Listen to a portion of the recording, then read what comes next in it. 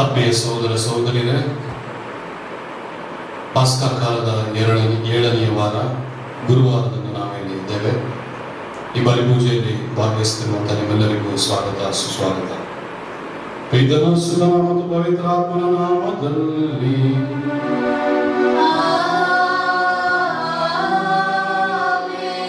ನಮ್ಮ ಪ್ರಭು ಯೇಸು ಕ್ರಿಸ್ತರ ಕೃಪಾಫಲ, ದೇವರ ಪ್ರೀತಿಯು, ಪವಿತ್ರಾತ್ಮನ ಅನ್ಯೋನ್ಯತೆ ನಿಮ್ಮೆಲ್ಲರೊಡನೆ ಇರಲಿ.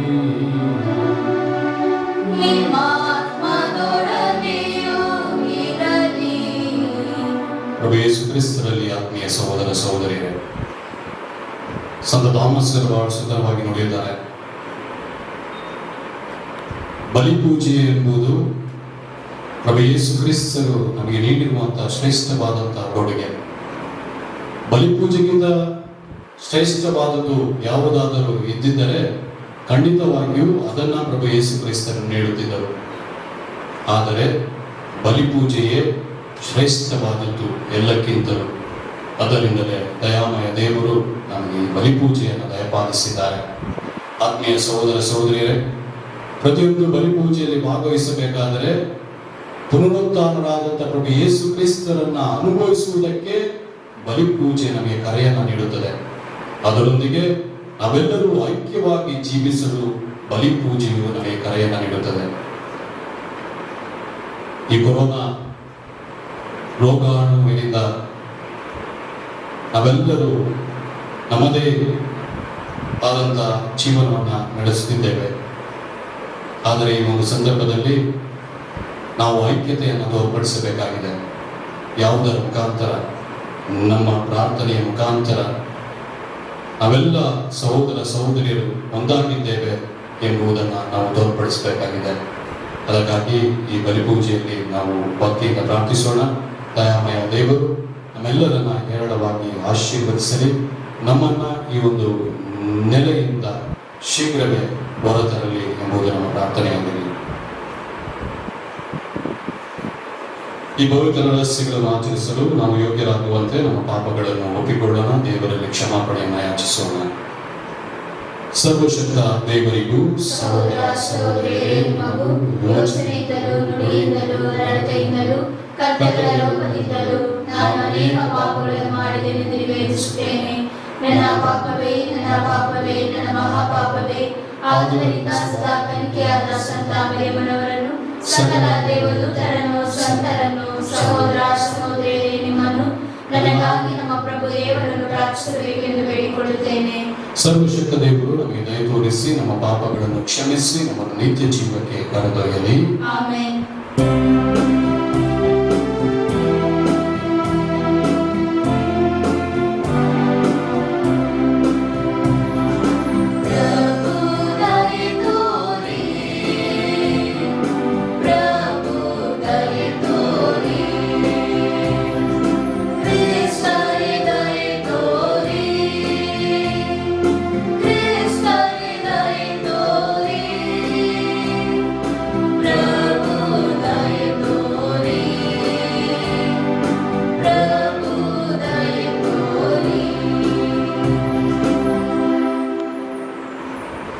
ಪ್ರಾರ್ಥಿಸೋಣ. ಪ್ರಭು, ನಿಮ್ಮ ಪವಿತ್ರಾತ್ಮರ ಆಧ್ಯಾತ್ಮಿಕ ಕೊಡುಗೆಗಳು ಪ್ರಬಲವಾಗಿ ನಮ್ಮಲ್ಲಿ ತುಂಬಲಿ. ನಿಮಗೆ ಮೆಚ್ಚುಗೆಯಾಗುವಂತ ಮನಸ್ಸನ್ನು ಅವರಿಗೆ ನಮಗೆ ನೀಡಲಿ ಮತ್ತು ನಿಮ್ಮ ಚಿತ್ತಾನುಸಾರ ನಾವು ನಡೆಯುವಂತೆ ಅನುಗ್ರಹಿಸಲಿ.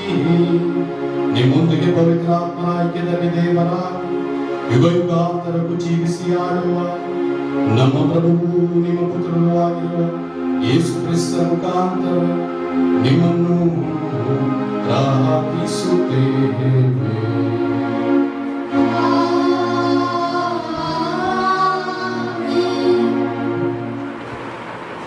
ಮೊದಲನೆಯ ವಾಚನ, ಪ್ರೇಷಿತರ ಕಾರ್ಯಕಲಾಪಗಳಿಂದ ವಾಚನ.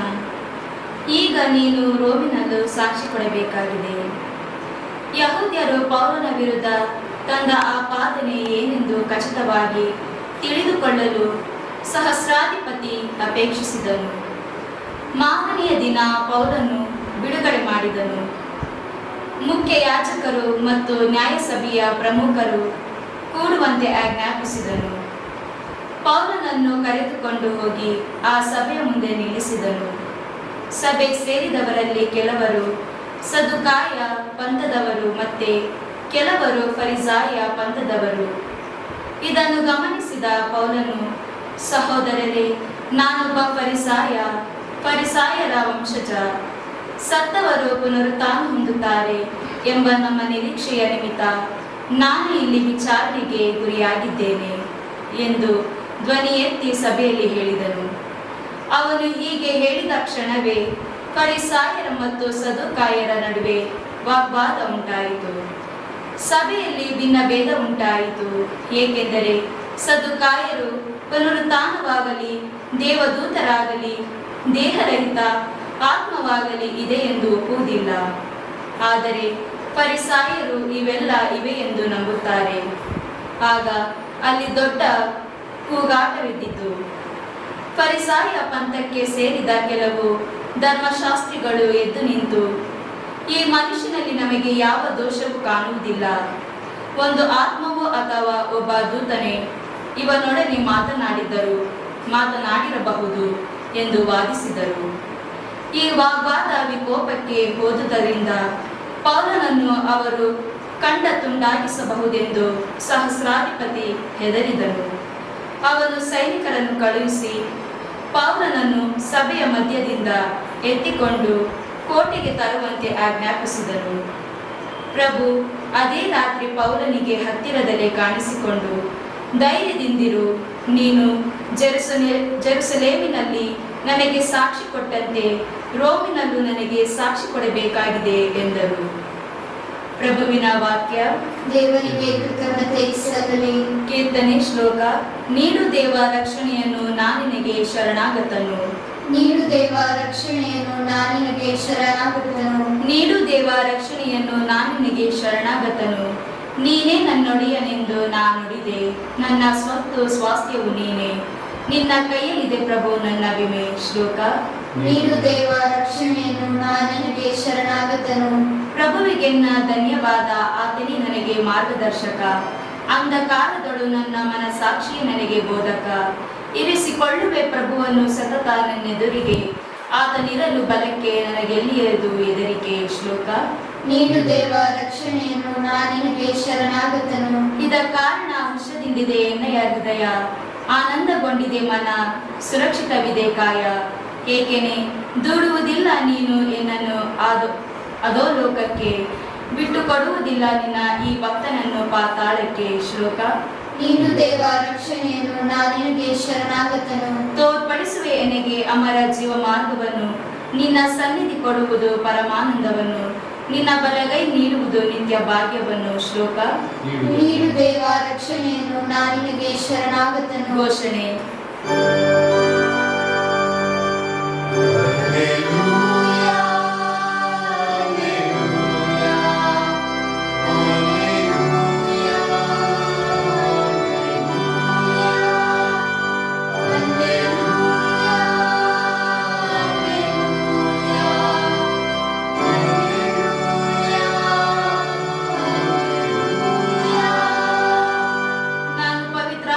ನಿಮ್ಮಲ್ಲಿಗೆ ಕಳುಹಿಸಿಕೊಡುವೆನು.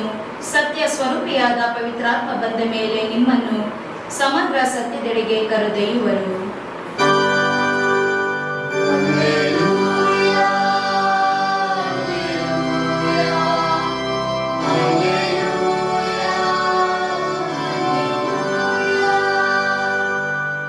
ಪ್ರಭು ನಿಮ್ಮೊಡನೆ ಇರಲಿ.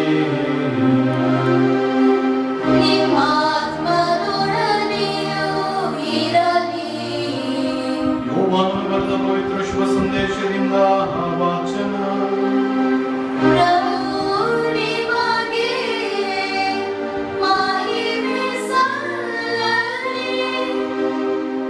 ಯೇಸು ಸ್ವಾಮಿ ಆಕಾಶದತ್ತ ಕಣ್ಣೆತ್ತಿ ಹೀಗೆಂದು ಪ್ರಾರ್ಥಿಸಿದರು, ಇವರಿಗಾಗಿ ಮಾತ್ರವಲ್ಲ, ಇವರ ಮಾತನ್ನು ಕೇಳಿ ನನ್ನಲ್ಲಿ ವಿಶ್ವಾಸವಿಡುವವರಿಗಾಗಿಯೂ ಪ್ರಾರ್ಥಿಸುತ್ತೇನೆ. ಪಿತನೇ, ಇವರೆಲ್ಲ ಒಂದಾಗಿರಲಿ. ನೀವು ನನ್ನಲ್ಲಿ, ನಾನು ನಿಮ್ಮಲ್ಲಿ ಇರುವಂತೆಯೇ ಇವರು ನಮ್ಮಲ್ಲಿ ಒಂದಾಗಿರಲಿ. ಹೀಗೆ ನನ್ನನ್ನು ಕಳುಹಿಸಿದವರು ನೀವೇ ಎಂದು ಲೋಕವು ವಿಶ್ವಾಸಿಸುವಂತಾಗಲಿ. ನಾವು ಒಂದಾಗಿರುವಂತೆ ಇವರು ಒಂದಾಗಿರಲೆಂದು ನೀವು ನನಗಿದ್ದ ಮಹಿಮೆಯನ್ನು ನಾನು ಇವರಿಗೆ ಕೊಟ್ಟಿದ್ದೇನೆ. ನಾನು ಇವರಲ್ಲಿಯೂ ನೀವು ನನ್ನಲ್ಲಿಯೂ ಇದ್ದು ಇವರ ಐಕ್ಯಮತ್ಯವು ಪೂರ್ಣ ಸ್ಥಿತಿಗೆ ಬರಲಿ. ಆಗ ನೀವೇ ನನ್ನನ್ನು ಕಳುಹಿಸಿರುವಿರಿ ಎಂದು ನನ್ನನ್ನು ಪ್ರೀತಿಸಿದಂತೆಯೇ ಇವರನ್ನು ನೀವು ಪ್ರೀತಿಸಿರುವಿರಿ ಎಂದು ಲೋಕಕ್ಕೆ ಮನವರಿಕೆ ಆಗುವುದು. ಇಲ್ಲವೇ ಇವರನ್ನು ನೀವು ನನಗೆ ಕೊಟ್ಟಿರುವಿರಿ. ಜಗತ್ತು ಉಂಟಾಗುವ ಮೊದಲೇ ನೀವು ನನ್ನನ್ನು ಪ್ರೀತಿಸಿ ನನಗಿದ್ದ ಮಹಿಮೆಯನ್ನು ಇವರೂ ಕಾಣುವಂತೆ ನಾನಿದ್ದಲ್ಲಿ ಇವರೂ ಇರಬೇಕೆಂದು ಆಶಿಸುತ್ತೇನೆ. ನೀತಿ ಸ್ವರೂಪಿಯಾದ ಪಿತನೇ, ಲೋಕವು ನಿಮ್ಮನ್ನು ಅರಿತುಕೊಳ್ಳಲಿಲ್ಲ, ಆದರೆ ನಾನು ಅರಿತಿದ್ದೇನೆ. ನನ್ನನ್ನು ಕಳುಹಿಸಿದವರು ನೀವೆಂದು ತಿಳಿದುಕೊಂಡಿದ್ದಾರೆ. ನಿಮ್ಮ ನಾಮವನ್ನು ನಾನು ಇವರಿಗೆ ತಿಳಿಯಪಡಿಸಿದ್ದೇನೆ, ಇನ್ನೂ ತಿಳಿಯಪಡಿಸುತ್ತೇನೆ. ಹೀಗೆ ನೀವು ನನ್ನಲ್ಲಿ ಇಟ್ಟ ಪ್ರೀತಿಯು ಇವರಲ್ಲಿಯೂ ಇರುವಂತಾಗುವುದು, ನಾನು ಅವರಲ್ಲಿ ಇರುವಂತಾಗುವುದು. ಪ್ರಭುವಿನ ಶುಭ ಸಂದೇಶ. ಕ್ರಿಸ್ತರೇ ನಿಮಗೆ ಸ್ತುತಿ ಸಲ್ಲಲಿ. ಪ್ರಭು ಯೇಸು ಕ್ರಿಸ್ತರಲ್ಲಿ ಆತ್ಮೀಯ ಸಹೋದರ ಸಹೋದರಿಯರೇ, ಇಂದಿನ ಶುಭ ಸಂದೇಶ ಯೋಹಾನನು ಬರೆದಂತ ಶುಭ ಸಂದೇಶ 17ನೇ ಅಧ್ಯಾಯ. ಈ ಅಧ್ಯಾಯವನ್ನು ವಿಶೇಷವಾಗಿ ಪ್ರಧಾನ ಯಾಜಕರ ಪ್ರಾರ್ಥನೆ ಎಂದು ಕರೆಯಲಾಗುತ್ತದೆ. ಪ್ರಭು ಯೇಸು ಕ್ರಿಸ್ತರು ತಮ್ಮ ಕಡೆಯ ಭೋಜನದ ದಿನದಂದು ತಮ್ಮ ಪ್ರೇಷಿತರಿಗಾಗಿ ಮತ್ತು ಇಡೀ ಧರ್ಮಸಭೆಗಾಗಿ ಮಾಡಿದಂತ ಪ್ರಾರ್ಥನೆ ಇಂದಿನ ಶುಭ ಸಂದೇಶವಾಗಿದೆ. ಆತ್ಮೀಯ ಸಹೋದರ ಸಹೋದರಿಯರೇ, ಬಲಿಪೂಜೆಯಲ್ಲಿ ಮಾಡಿದಂತ ಪ್ರಾರ್ಥನೆ ಅಂದು ಪ್ರಭು ಯೇಸು ಕ್ರಿಸ್ತರ ಪುನರುತ್ಥಾನದ ನಂತರ ನೆರವೇರುವಂತಾಯಿತು. ಪ್ರಭು ಯೇಸು ಕ್ರಿಸ್ತರು ಯಾತನೆಯನ್ನು ಅನುಭವಿಸಿ ಶಿಲುಬೆಯ ಮೇಲೆ ಪ್ರಾಣವನ್ನು ತ್ಯಾಗ ಮಾಡಿದಾಗ ಅವರು ಸೋತು ಹೋದರು ಎಂದು ಅರಿತುಕೊಂಡಂತ ಅವರ ಶಿಷ್ಯರು ಎಲ್ಲರೂ ಚದುರಿ ಹೋದರು. ಆದರೆ ಪ್ರಭು ಯೇಸುವಿನ ಪುನರುತ್ಥಾನದ ನಂತರ ಎಲ್ಲರೂ ಒಂದುಗೂಡಿದರು, ಬಲಿಪೂಜೆಯನ್ನ ಅರ್ಪಿಸಿದರು, ತಮ್ಮ ಐಕ್ಯತೆಯನ್ನ ತೋರ್ಪಡಿಸಿದರು. ಏಕೆಂದರೆ ಪ್ರಭು ಯೇಸು ಕ್ರಿಸ್ತರು ಅವರಿಗಾಗಿ ಈಗಾಗಲೇ ನಮ್ಮ ಕಡೆಯ ಭೋಜನದ ದಿನದಂದು ಪ್ರಾರ್ಥಿಸಿದ್ದಾರೆ. ಆತ್ಮೀಯ ಸಹೋದರ ಸಹೋದರಿಯರೇ, ಇಂದು ದಯಾಮಯ ದೇವರು ನಮಗೆ ನೀಡುವಂತಹ ಸಂದೇಶವೇನಾದರೂ ಏನು?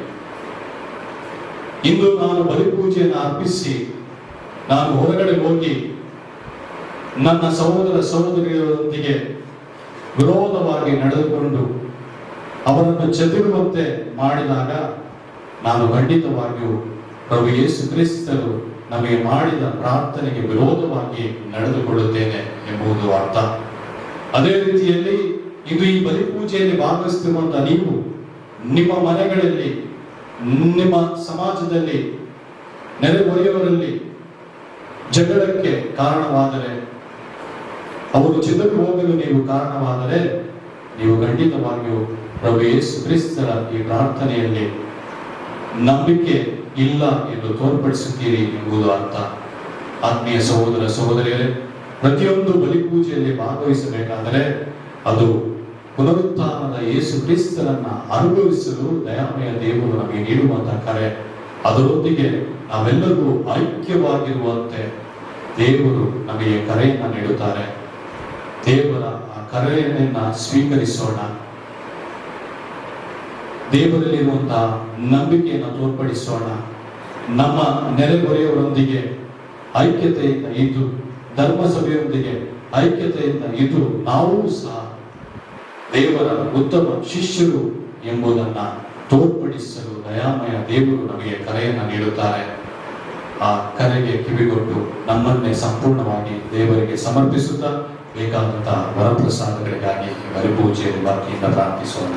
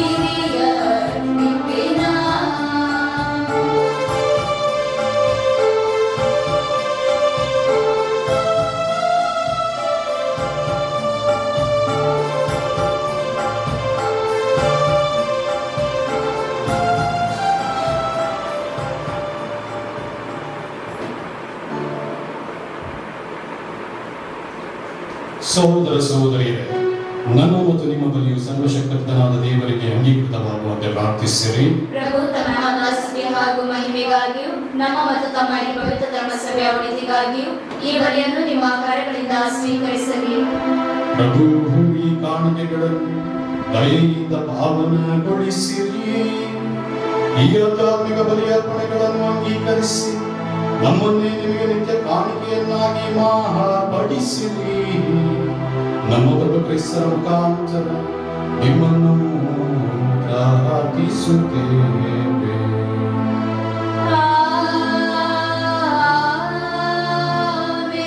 ಪ್ರಭು ನಿಮ್ಮೊಡನೆ ಇರಲಿ.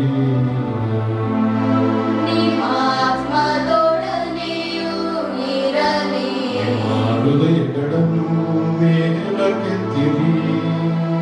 ಪ್ರಭುವಿನ ಕಡೆಗೆ ಎತ್ತಿದೆ.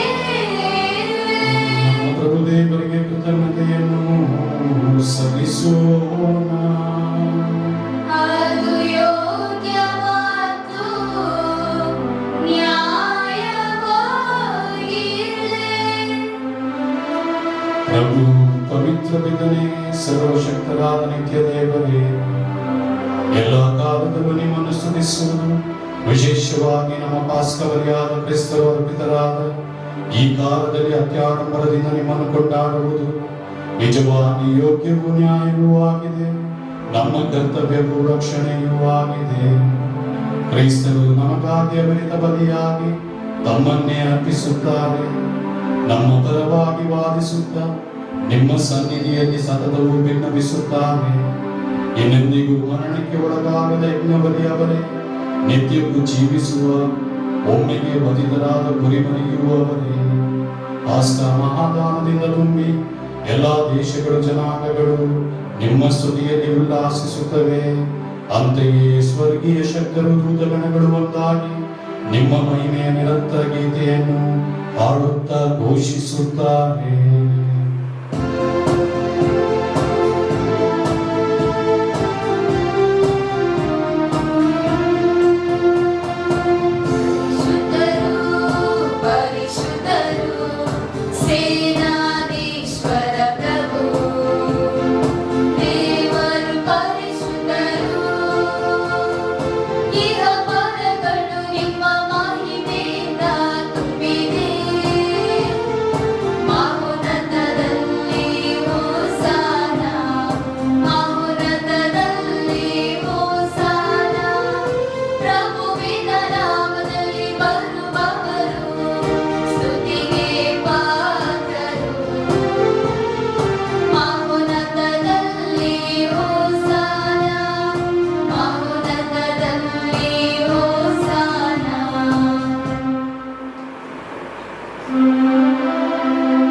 ಪ್ರಭು, ನೀವು ನಿಜವಾಗಿ ಪರಿಶುದ್ಧ, ಸರ್ವ ಪರಿಶುದ್ಧತೆಯ ಬುಗ್ಗೆಯೂ ನೀವೇ. ಈ ಕೊಡುಗೆಗಳ ಮೇಲೆ ನಿಮ್ಮ ಪವಿತ್ರ ಆತ್ಮರ ನಿರ್ಭನೆಯಂತೆ ಸ್ಮರಿಸಿ ಪಾವನಗೊಳಿಸಿರೆಂದು ಪ್ರಾರ್ಥಿಸುತ್ತೇವೆ. ನಮಗಿಗೂ ನಮ್ಮ ಪ್ರಭು ಯೇಸು ಕ್ರಿಸ್ತರ ಶರೀರ ಮತ್ತು ರಕ್ತವಾಗುವಂತೆ ಮಾಡಿ ಅವರನ್ನು ಪರಾಧೀನ ಮಾಡಲಾದ ಸಮಯದಲ್ಲಿ ಸ್ವಇಚ್ಛೆಯಿಂದ ತಮ್ಮ ಯಾತನೆಗೆ ಒಳಗಾದಾಗ ಅವರು ರೊಟ್ಟಿಯನ್ನು ತೆಗೆದುಕೊಂಡು ಕೃತಜ್ಞತೆಯನ್ನು ಸಲ್ಲಿಸಿ ಅದನ್ನು ಮುರಿದು ತಮ್ಮ ಶಿಷ್ಯರಿಗೆ ಕೊಡುತ್ತಾ ಹೀಗೆಂದರು, ತೆಗೆದುಕೊಳ್ಳಿ, ಇದನ್ನು ನೀವೆಲ್ಲರೂ ಭುಜಿಸಿರಿ, ಏಕೆಂದರೆ ಇದು ನಿಮಗಾಗಿ ಒಪ್ಪಿಸಲಾಗುವ ನನ್ನ ಶರೀರ.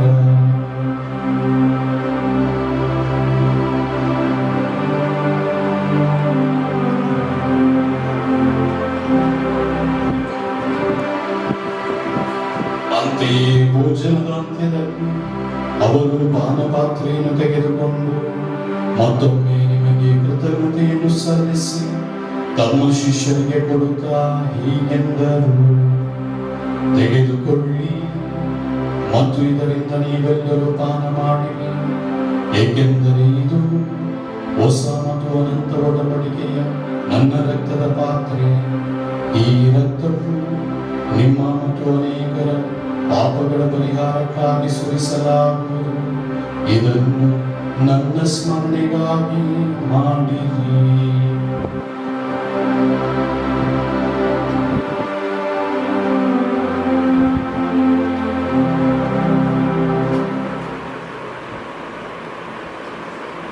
ವಿಶ್ವಾಸದ ರಹಸ್ಯ. ಪ್ರಭು ನಿಮ್ಮ ಮರಣವನ್ನು ಸಾರುತ್ತೇವೆ, ನೀವು ಮರಳಿ ಬರುವ ತನಕ ನಿಮ್ಮ ಪುನರುತ್ಥಾನವನ್ನು ನಿವೇದಿಸುತ್ತೇವೆ.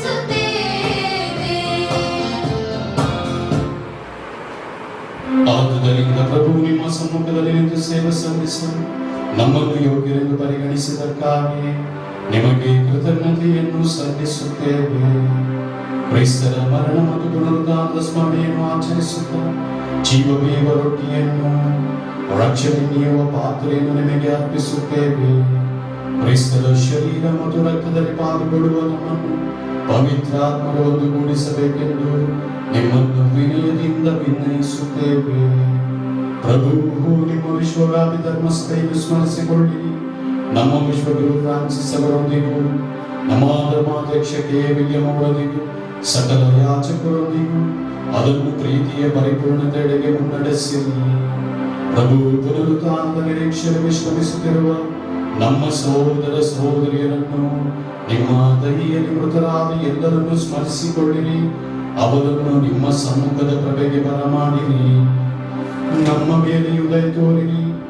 ದೇವಮಾತೆ ಪೂಜಕನ್ಯಾಮರಿಯವರೊಂದಿಗೂ ಆಕೆಯ ಪತಿ ಸಂತ ಜೋಸೆಫರೊಂದಿಗೂ ಪುನೀತ ಪ್ರೇಷಿತರೊಂದಿಗೂ ಸಂತ ಫಿಲೋಮಿನಮ್ಮನವರೊಂದಿಗೂ ಎಲ್ಲ ಕಾಲಗಳಲ್ಲಿ ನಿಮ್ಮ ಮೆಚ್ಚುಗೆಗೆ ಪಾತ್ರರಾದ ಸಕಲ ಸಂತರೊಂದಿಗೂ ನಾವು ನಿತ್ಯ ಜೀವದಲ್ಲಿ ಸಹಭಾಗಿಗಳಾಗಿ ನಿಮ್ಮನ್ನು ಸ್ತುತಿಸಿ ಮಹಿಮೆ ಪಡಿಸುವಂತೆ ನಿಮ್ಮ ಪುತ್ರ ಯೇಸು ಕ್ರಿಸ್ತರ ಮುಖಾಂತರ ಪ್ರಾರ್ಥಿಸುತ್ತೇವೆ. ಇವರ ಮುಖಾಂತರವೂ ಇವರೊಂದಿಗೂ ಇವರಲ್ಲಿಯೂ ಸರ್ವಶಕ್ತ ತಂದೆಯಾದ ದೇವರೇ, ಪವಿತ್ರಾತ್ಮನ ಐಕ್ಯದಲ್ಲಿ ಸರ್ವ ಗೌರವವೂ ಮಹಿಮೆಯೂ ಯುಗ ಯುಗಾಂತರಕ್ಕೂ ನಿಮಗೆ ಸಲ್ಲಲಿ.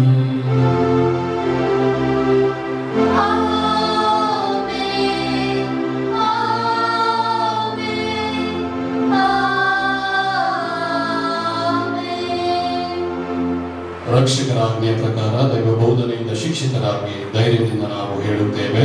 ಸ್ವರ್ಗದಲ್ಲಿರುವ ನಮ್ಮ ತಂದೆಯೇ, ನಿಮ್ಮ ನಾಮ ಪೂಜಿತವಾಗಲಿ, ನಿಮ್ಮ ರಾಜ್ಯ ಬರಲಿ, ನಿಮ್ಮ ಚಿತ್ತ ಸ್ವರ್ಗದಲ್ಲಿ ನೆರವೇರುವ ಪ್ರಕಾರ ಭೂಮಿಯಲ್ಲಿಯೂ ನೆರವೇರಲಿ. ನಮ್ಮ ಅನುದಿನದ ಆಹಾರವನ್ನು ಇಂದು ನಮಗೆ ನೀಡಿರಿ. ನಮಗೆ ತಪ್ಪು ಮಾಡಿದವರನ್ನು ನಾವು ಕ್ಷಮಿಸುವ ಪ್ರಕಾರ ನಮ್ಮ ಪಾಪಗಳನ್ನು ಕ್ಷಮಿಸಿರಿ. ನಮ್ಮನ್ನು ಶೋಧನೆಗೊಳಪಡಿಸದೆ ಕೇಡಿನಿಂದ ನಮ್ಮನ್ನು ರಕ್ಷಿಸಿರಿ. ಪ್ರಭು ಸಕಲ ಕೇಡುಗಳಿಂದ ನಮ್ಮನ್ನು ರಕ್ಷಿಸಲೆಂದು ಪ್ರಾರ್ಥಿಸುತ್ತೇವೆ.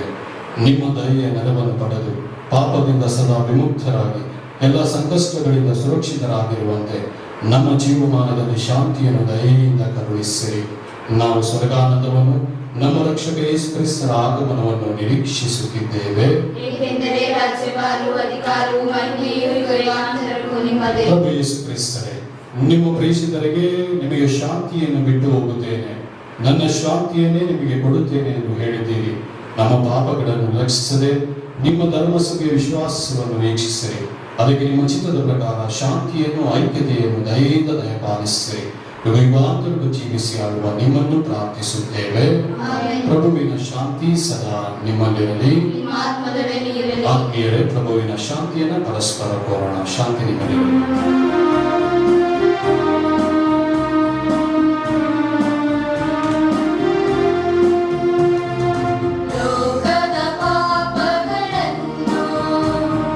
ಪರಿಹರಿಸುವ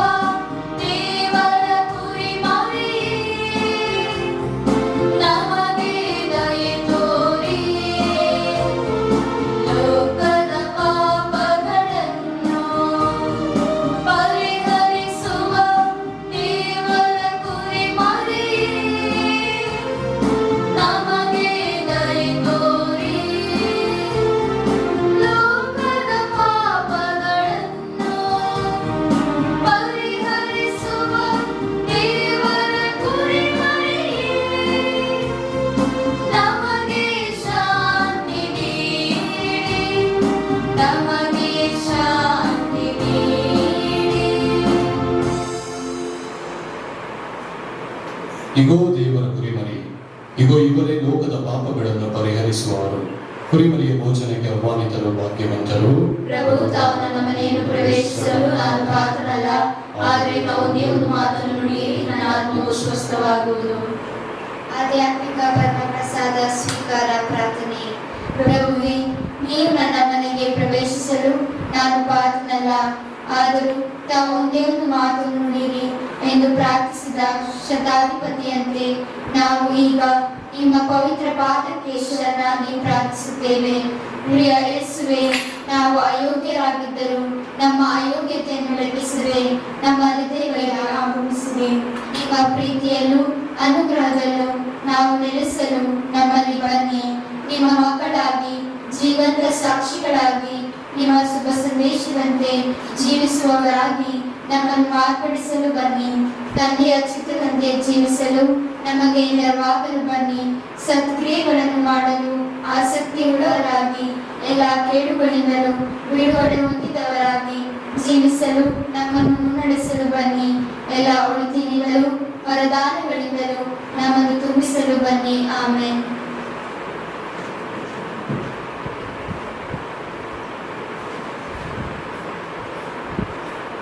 ಪ್ರಾರ್ಥಿಸೋಣ.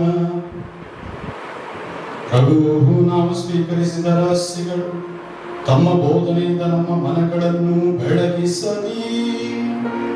ಅವುಗಳಲ್ಲಿ ಪಾಲ್ಗೊಂಡ ನಮಗೆ ಚೈತನ್ಯ ನೀಡಿ ಪವಿತ್ರಾತ್ಮರ ಕೊಡುಗೆಗಳಿಗೆ ನಾವು ಪಾತ್ರರಾಗುವಂತೆ ಅನುಗ್ರಹಿಸಿರಿ.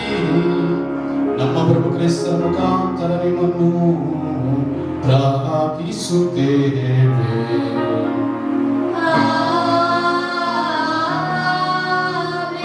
ಪ್ರಭು ನಿಮ್ಮೊಡನೆ ಇರಲಿ.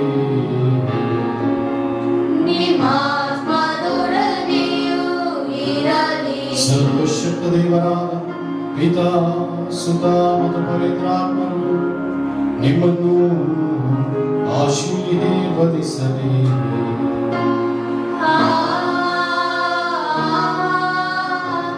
ನಮ್ಮ ದೇವರು ನಮ್ಮನ್ನು ಕಾಪಾಡುತ್ತಾರೆ ಎಂಬ ನಂಬಿಕೆಯಿಂದ ಹೋಗಿ ಬನ್ನಿ. ಪೂಜಾರ್ಪಣೆ ಮುಗಿಯಿತು.